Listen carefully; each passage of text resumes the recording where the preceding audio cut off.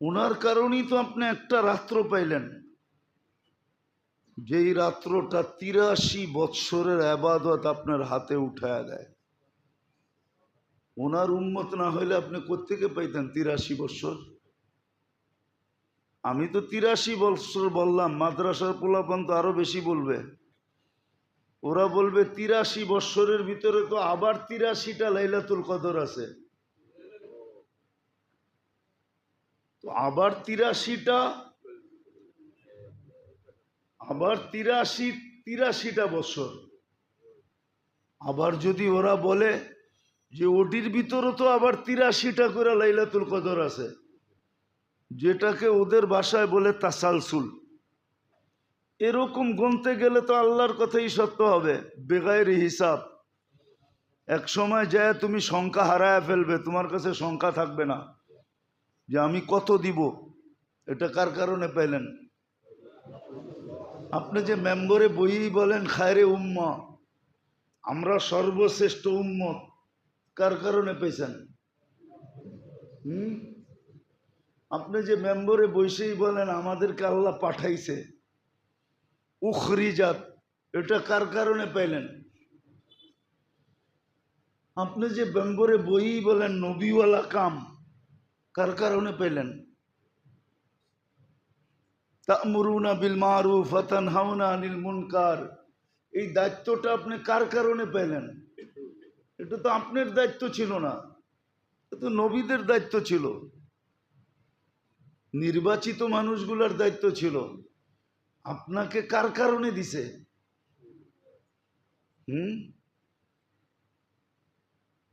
ওই বাংলা একটা প্রবাদ বাক্য আছে, সিন্নি দেখলা কার কারণে পাইলা, মোল্লা চিনলা না। খালি সিন্নিটাই দেখলা, সিন্নি যে কার কারণে পাইছো ওই মোল্লারে দেখলা না।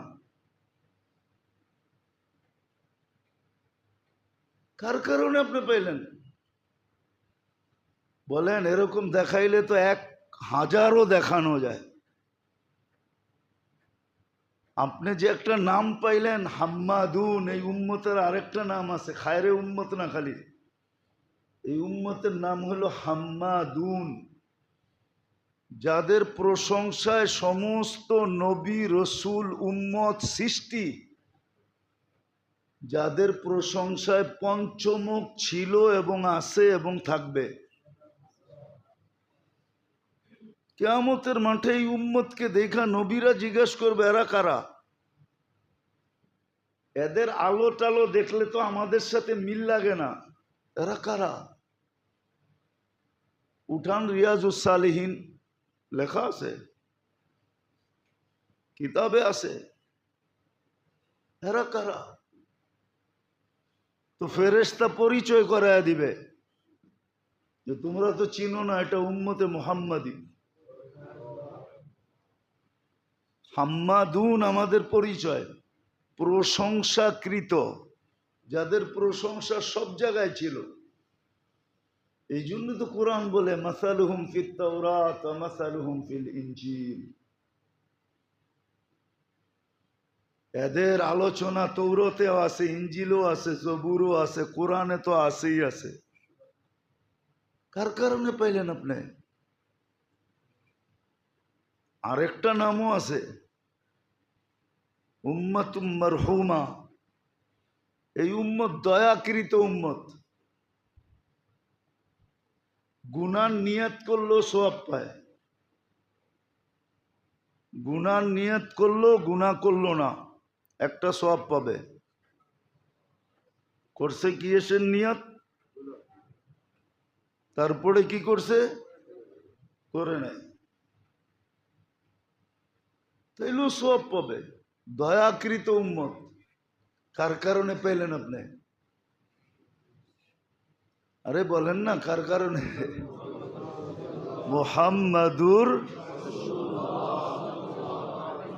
মুহাম্মাদুর রাসূলুল্লাহ বললে 120 নেকি পাবেন।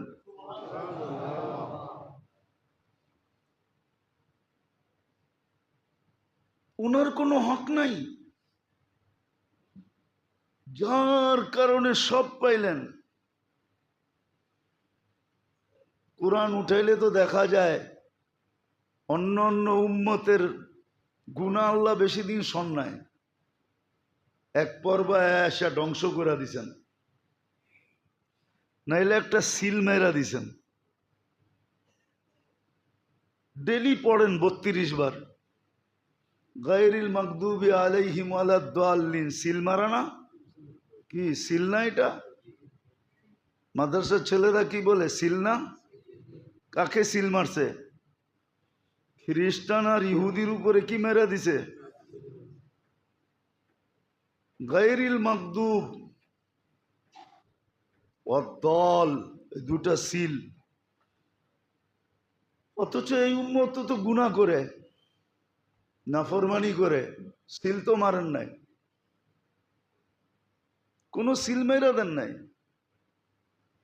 বরং উল্টা করছেন।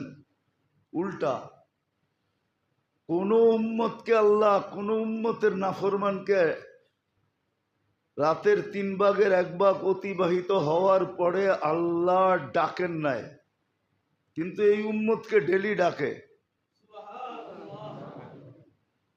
ডেলি ডাকে।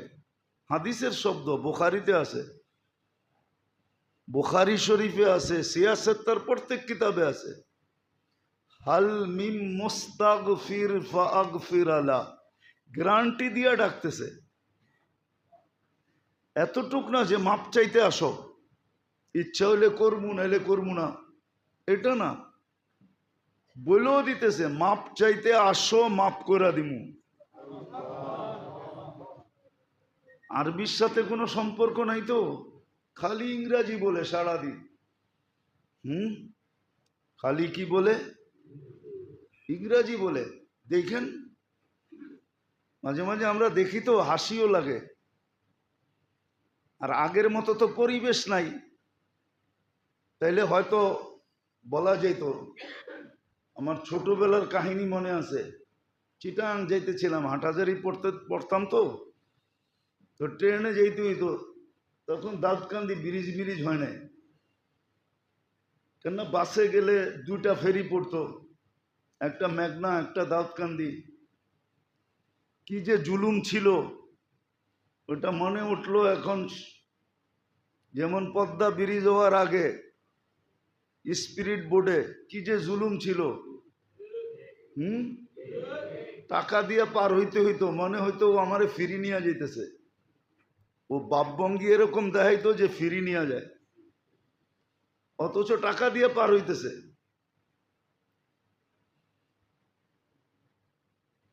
এই জমিনে বরকত আছে। আরেকটা কথা বলি আর কি, এই জমিনে বরকত আছে, অনেক বরকত, কিন্তু একটা জিনিস আছে যেটা সারা দুনিয়ার কোথাও পাওয়া যায় না, খুব কম পাওয়া যায়। অকৃতজ্ঞ বাঙালি সবচেয়ে বেশি। রাগ হয় না, মিডিয়ায় চলে যেতেছে, আমি দুনিয়া ঘুরা বলতেছি।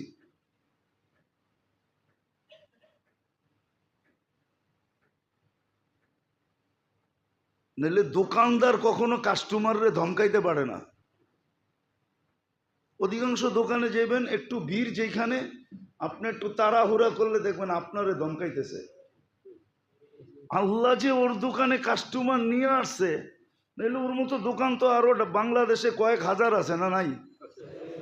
হ্যাঁ, ও দেখবেন আপনার লোক রাগ করে কথা কইব, ওই মিয়া নাহলে বাগে নেন টিকা। ও শুক্রিয়া আদায় করে নাই যে আল্লাহ ওর কাছে কাস্টমার নিয়ে আসছে। ও নত হওয়ার কথা ছিল, বাবার বিষয়, কিন্তু ও নত হয়ে বলার দরকার ছিল, ভাই কাস্টমার তো বেশি, একটু অপেক্ষা করেন আপনার দিমুনে। না, ও দেখবেন গরম হয়ে যাব।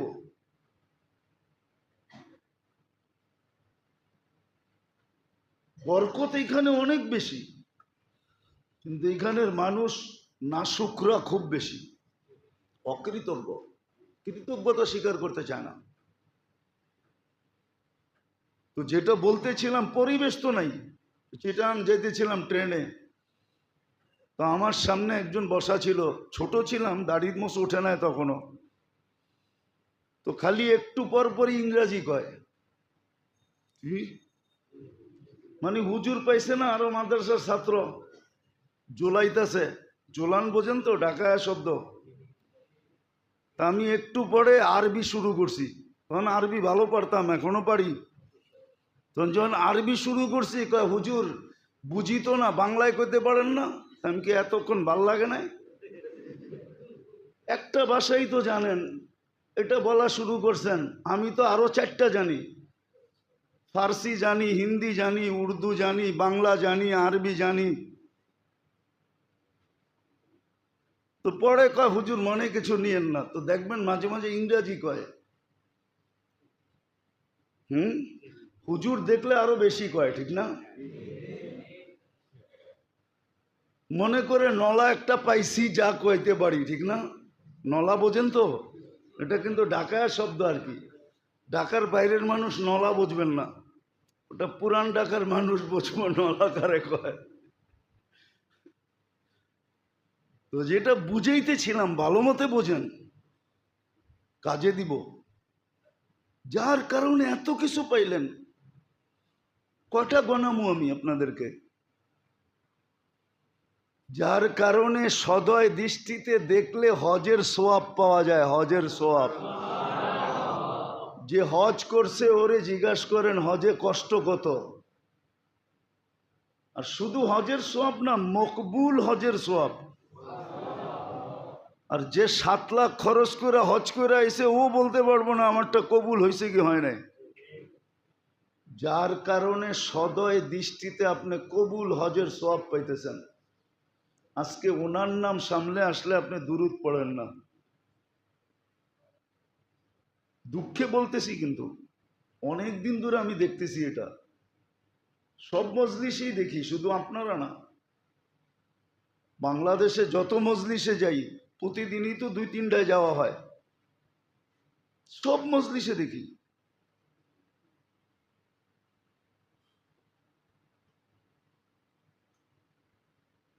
যার কারণে 2 রাকাত পড়লে হজ উমরার সওয়াব পাওয়া যায়। কি হাদিসের বাহিরে? ফজর পড়ে ইশাক পড়েন 2 রাকাত, কার কারণে পেলেন? ও আপনার চেহারা দেখে আল্লাহ দিয়া দিছে, ঠিক না? আপনার পাগড়ি সাগরি জুব্বা সুব্বা দেখা দিয়া দিছে, ঠিক না? কার কারণে দিছে? মুহাম্মাদুর, উনার কারণে আপনি পাইছেন।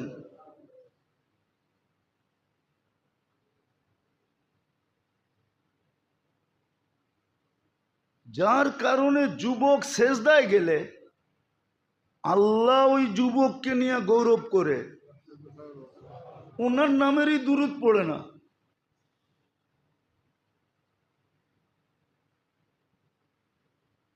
ওনার নামেরই দুরূদ পড়ে না।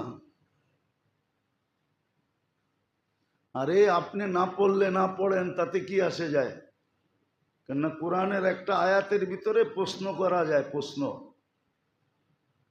প্রতি জুমায় পড়ে ইমাম সাহেবরা, ইন্নাল্লাহা ওয়া মালাইকাতাহু ইয়া আইয়ুহাল্লাযীনা আমানু সাল্লু আলাইহি ওয়া সাল্লিমু। আল্লাহরে 3টা প্রশ্ন করা যায় এখানে, যে আল্লাহ একদিন তো আমরা থাকবো না, টুটা ফাটা 2-1 জনও যা দুরূদ পড়ে, একদিন তো মানুষ থাকবে না, তো আপনি বন্ধুর উপরে দুরূদ পড়বে কে? তা আল্লাহ বলে ফেরেশতা পড়বে। মালাইকা তো লেখাই আছে আয়াতের ভিতরে। আল্লাহরে যদি প্রশ্ন করি যে হাদিস গাইটা তো দেখছি, একদিন ফেরেশতাও থাকবে না, তা আল্লাহ বলবে আমি পড়বো, ইন্নাল্লাহ, আমি আল্লাহ পড়তেছি, পড়তে থাকবো, আমি চিরঞ্জীব, বন্ধুর দুরূদ কখনো বন্ধ হইতে দিব না, না, না, না। আপনি পড়বেন, আপনার ভাগ্য খুলবে। আজকে মুসলমানের দুরবস্থা কেন? সংখ্যার কারণে? কিসের কারণে? অর্থের কারণে? অর্থ তো মুসলমানের কাছে যা আছে দুনিয়ার কারো কাছে নেই। আমাকে তো বুঝাইতে হবে না, সারা দুনিয়া তো বাকি খায়, বাকি। বাকি বোঝেন?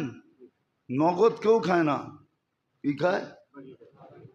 উন্নত বিশ্বে তো কেউ বেতন নিজের হাতে পায় না, পায় না কি? সব অ্যাকাউন্টে চলে যায়। ও সারা মাস কার্ড দিয়া খায়। দোকানওয়ালারা জানে কার্ডে টাকা না থাকলে কি বেতন হইব আমগোটায় চলে আসবে। যেমন বুদ্ধি দিছে না আপনার করে, মোবাইলের টাকা শেষ হয়ে গেলে মেসেজ আসে তুমি দান নেও। মনে হয় বুদ্ধি বোঝেন না, ঠিক না? কি মেসেজ আসে না? জটপট দান নেন, ঠিক না? হ্যাঁ, ওরা সারা বাঁশ খায় এরকম কইরা। ও আপনি মনে করছেন হুজুর দেখে আমরা কিছু বুঝি না, ঠিক না? ওরা তো জীবনে কোনোদিন হাতে টাকা গয়না দেখে নাই, কিন্তু ওগুলো তো ক্যাশ দেয়ই না। আর এটাও ভালো কাম করে। ওগো যদি হাতে টাকা দিত তাহলে ও তো একদিনে খায়া লয়া শেষ করে পরের দিন সুসাইড করতো। কোরিয়ায় ডেলি 36 নিম্নে 36 জন লোক আত্মহত্যা করে। নিম্নে কমসে কম 36 জন লোক ডেলি আত্মহত্যা করে। দক্ষিণ কোরিয়ায়।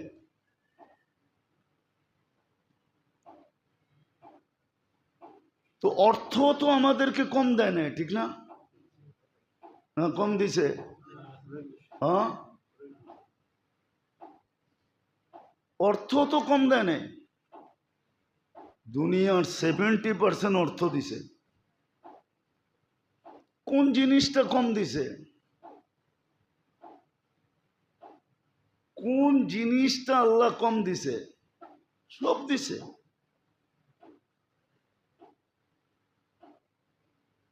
সব দিছে। তারপরে ওই দুই অবস্থা কেন? এক ব্যক্তিগত জীবন থেকে নিয়ে, পারিবারিক থেকে নিয়ে, রাষ্ট্রীয় জীবন পর্যন্ত মুসলমান পেরেশান কেন? একজনরে দেখান যে বলবে আমি 100% সুখী। একজনও তো নাই। আমি না বলি যে কেক কাটে কেন? এখন আর জীবনে সুখ নাই, সুখ চলে গেছে কেকে। আর যখন কেকের উপরে লেখা দেখে হ্যাপি, তো ভিতরে ভিতরে রাগ চড়ে, রাগান্বিত হয়, রাগ চড়তে থাকে, তুই সুখী থাকবি কেন? এই জন্য কিনা আইনা ছুরি দিয়া টুকরা টুকরা কইরা পেটের ভিতরে দিয়া বেলিশ কইরা ফেলায়, তোরও সুখে থাকতে দিব না। জীবনে সুখ নাই। ইল্লা মাশা আল্লাহ, আছে কিছু লোক আছে এরা বড় সুখী, কিন্তু এরা কাউকে জানতেও দেয় না যে এরা সুখী। এরাও বাবলয়া চলে যে আমরাও তোগো সাথে আছি, কেননা জানলে আবার তো ওইখানে আবার ডাকাতি হয় কিনা, হামলা চলে কিনা, চুরি হয় কিনা। না, আহমদ ইবনে হাম্বল রহমতুল্লাহ আলী তো এটাই বলছেন, দুনিয়া যদি জানতো যে আমরা কতটুকু সুখী, হ্যাঁ, আইনা আবনাউল মুলুক মিন হাদিহিল লাদ্দা, বাদশার সন্তানরা কোথায়? আমরা যে মজার ভিতরে আছি, এই মজা এরা কোত্থেকে পাবে? সত্য তো এটাই, সত্য এটা। আমাকে উপরে অনেকে রাগ হয়ে যায় মাঝে মাঝে, সত্য এটাই, রাগ হয়ে যায় যে আইলাম আমি একটা দাওয়াতের লেগা, হুজুর আমারে দিল না, আরো 10টা কথা শুনে দিল। আপনি তো একজন, এরম সারাদিন আমার কাছে আসে 100 জন। কি 100 জনের কথা শুনতে শুনতে মেজাজটা কখন ভালো থাকবে এটা বলেন? এটা এই জন্য বলতেছি যে আমার কাছে তো 100 জন আসে ডেলি, কারো কাছে তো সারা বৎসরে দাওয়াত দেওয়ার জন্য একজনও আসে না, ঠিক না?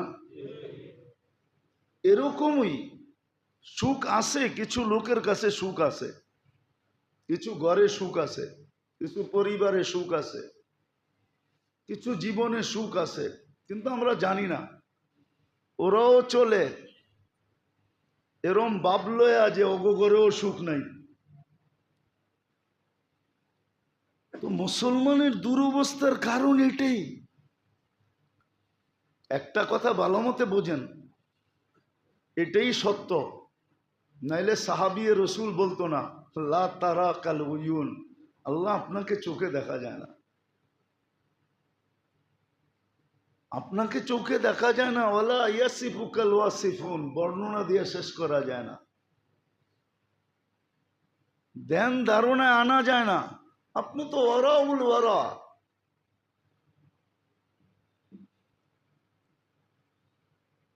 আপনারে রাজি কর্মু কেমনে, পাবো কেমনে? আল্লাহ সহজ পদ্ধতি দিয়ে দিছেন। হুয়াল্লাযী বাআসা ফিল উম্মিয়্যিনা রাসূলাম মিনহুম ইয়াতলু আলাইহিম ওয়া ইউযাক্কিহিম ওয়া ইউআল্লিমুহুমুল কিতাবা ওয়াল হিকমা। তো আল্লাহ বলে তোমাদের মধ্য থেকেই একজন বাইছা নিলাম, বন্ধু বানাইলাম, ঘোষণাও দিলাম যে ওনারটা হইলেই আমারটা হয়ে যাবে। আমরা মাঝে মাঝে বলি না, আরে আপনি খাইলেই আমার খাওয়ানো হয়ে গেল, আপনি খাইলেই।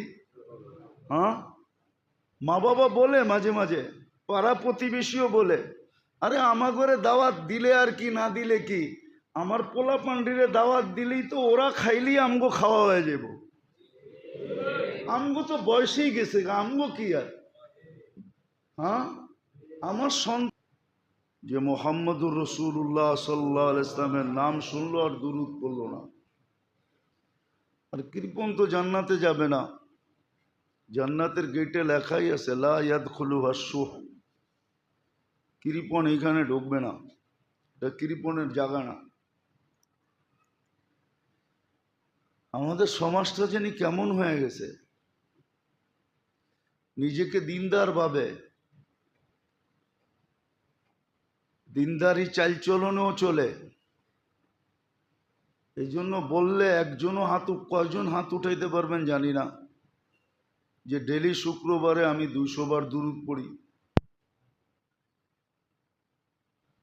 200 বার যদি হাত না উঠাইতে পারেন 100 বার পড়ি। এক আধজন হাত উঠাবে 100 বার পড়ে, এটা কি হক? আল্লাহর রসুলের হক এটা? সারা দুনিয়া তো অধিকার নিয়ে লড়তেছে, সারা দুনিয়া ঝগড়া কি নিয়া? অধিকার নিয়া। স্বামী স্ত্রীর সাথে লড়তেছে অধিকার নিয়া, স্ত্রী স্বামীর সাথে লড়তেছে অধিকার নিয়া, সন্তান মা বাবার সাথে লড়তেছে অধিকার নিয়া, মা বাবা সন্তানের উপরে রাগ করতেছে অধিকার নিয়া, ভাই ভাইয়ের সাথে লড়তেছে অধিকার নিয়া। তো সারা দুনিয়া যদি অধিকারের ঝগড়া হয়, আর এটার জন্য যদি মারামারি কাটাকাটি হয়, হানাহানি হয়, তাহলে আল্লাহর কি বন্দার উপরে কোনো অধিকার নাই? এটা আপনি বললেন কি করে? মুহাম্মদুর রাসূলুল্লাহ সাল্লাল্লাহু আলাইহি ওয়াসাল্লামের কি আমাদের উপরে কোনো অধিকার নাই? শুধু মুখে বলতেছেন আছে, বাড়িতে অধিকার পুরা না করে বললেন অধিকার আছে। দেখি সংসার কতক্ষণ টিকে।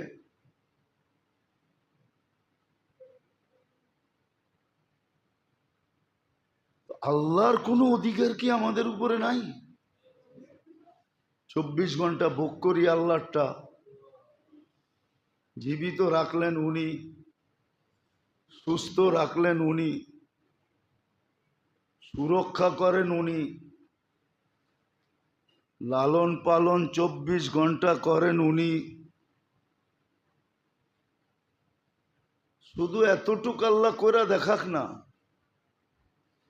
যে যা পেটে ঢুকাইলেন ওটা হজম হইল না, আর ওটার বাহির হওয়ার সিস্টেমটা বন্ধ করে দিল।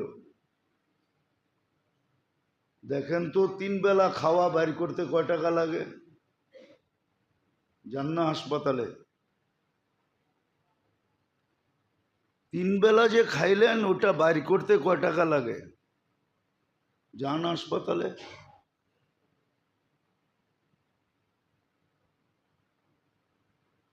ও নিজেরটা 16 আনা বোঝেন, আল্লাহরটা 1 আনাও বোঝেন না।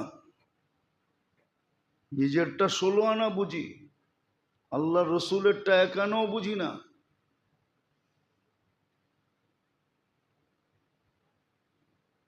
তো সারা দুনিয়া হকের ঝগড়া চলতেছে, হুকুক নিয়া, অধিকার নিয়া। কিন্তু আফসোস তো এটাই যে সে নিজেই আল্লাহর অধিকার সম্বন্ধে কিচ্ছু ভাবেও না, বোঝেও না, শিখেও না, জানেও না, করেও না, মনে করে আল্লাহর কোনো অধিকার নেই। বিবেক বুদ্ধি যুক্তি দেয় আমারে অস্তিত্ব দিল কেন? আরে দিশে দেখেই তো পালতেছে, দিশে দেখাই পালতেছে। সারা দিনে কয়বার আল্লাহ বলেন? বলেন, নিজেকে প্রশ্ন করেন যে সারা দিনে কয়বার আল্লাহ বলি? আল্লাহ।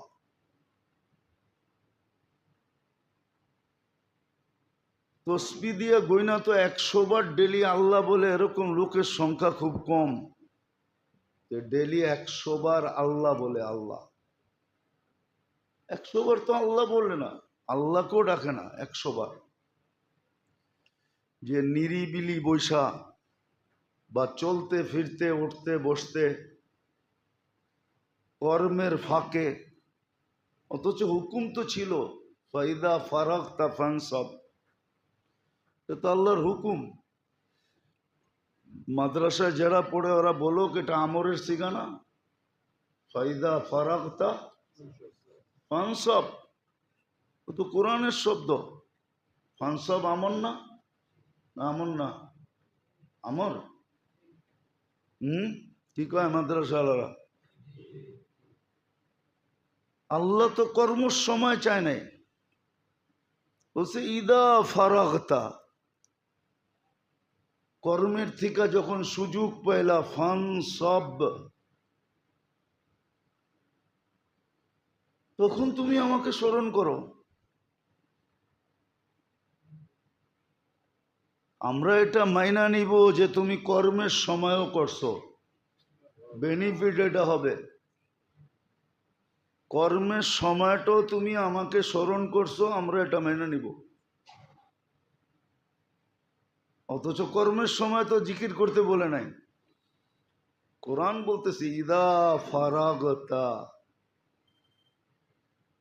যখন তুমি ফারেক হয়ে গেলা, কর্ম তোমার শেষ হয়ে গেল, ফানসাব, তখন আমাকে স্মরণ করো। তাইলে আমি পিছনের সময়টাও তুমি স্মরণ করছো, এটা আমরা মাইনা নিব। এটাও স্মরণের ভিতরে আমরা ঢুকায়া দিব যে এটাও স্মরণ করছে। যেমন সহজ বলছেন, এশার নামাজ পড়ো, অর্ধেক রাত্র এবাদতের ভিতরে লেখা নিব। অথচ এশারের পরে এবাদত করে নাই, হয়তো টেলিভিশন দেখছে, হয়তো বয়া বয়া গল্প করছে, নাইলে যে কোনো কাজ করছে। বলছে ফজরের নামাজ পড়ো, তাহলে বাকি অর্ধেকও আমরা ভাববো তুমি আবাদতে কাটাইছো, পুরাটাই আবাদত। তো যেটা বুঝাইতেছিলাম, সারা দুনিয়া অধিকার নিয়ে লড়তেছে, কেমন বড় অজ্ঞতার কথা।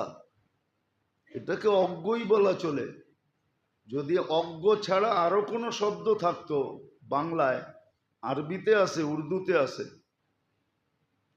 কিন্তু অজ্ঞতার উপরে বললে বলা যায় গণ্ড অজ্ঞ, গণ্ড মূর্খ ওই ব্যক্তি যে সারাদিন নিজের অধিকার নিয়ে লড়তেছে। যারা অধিকার নিয়ে আন্দোলন করে ওদেরকে যদি জিজ্ঞাসা করা হয়, ওই তুই আল্লাহর অধিকার সম্বন্ধে কোন দিন আন্দোলন করছস বল? আল্লাহর কি কোনো অধিকার নাই? আল্লাহরটা বাদই দিলাম, মুহাম্মদুর রাসূলুল্লাহ সাল্লাল্লাহু আলাইহি ইসলামের কোনো অধিকার নাই?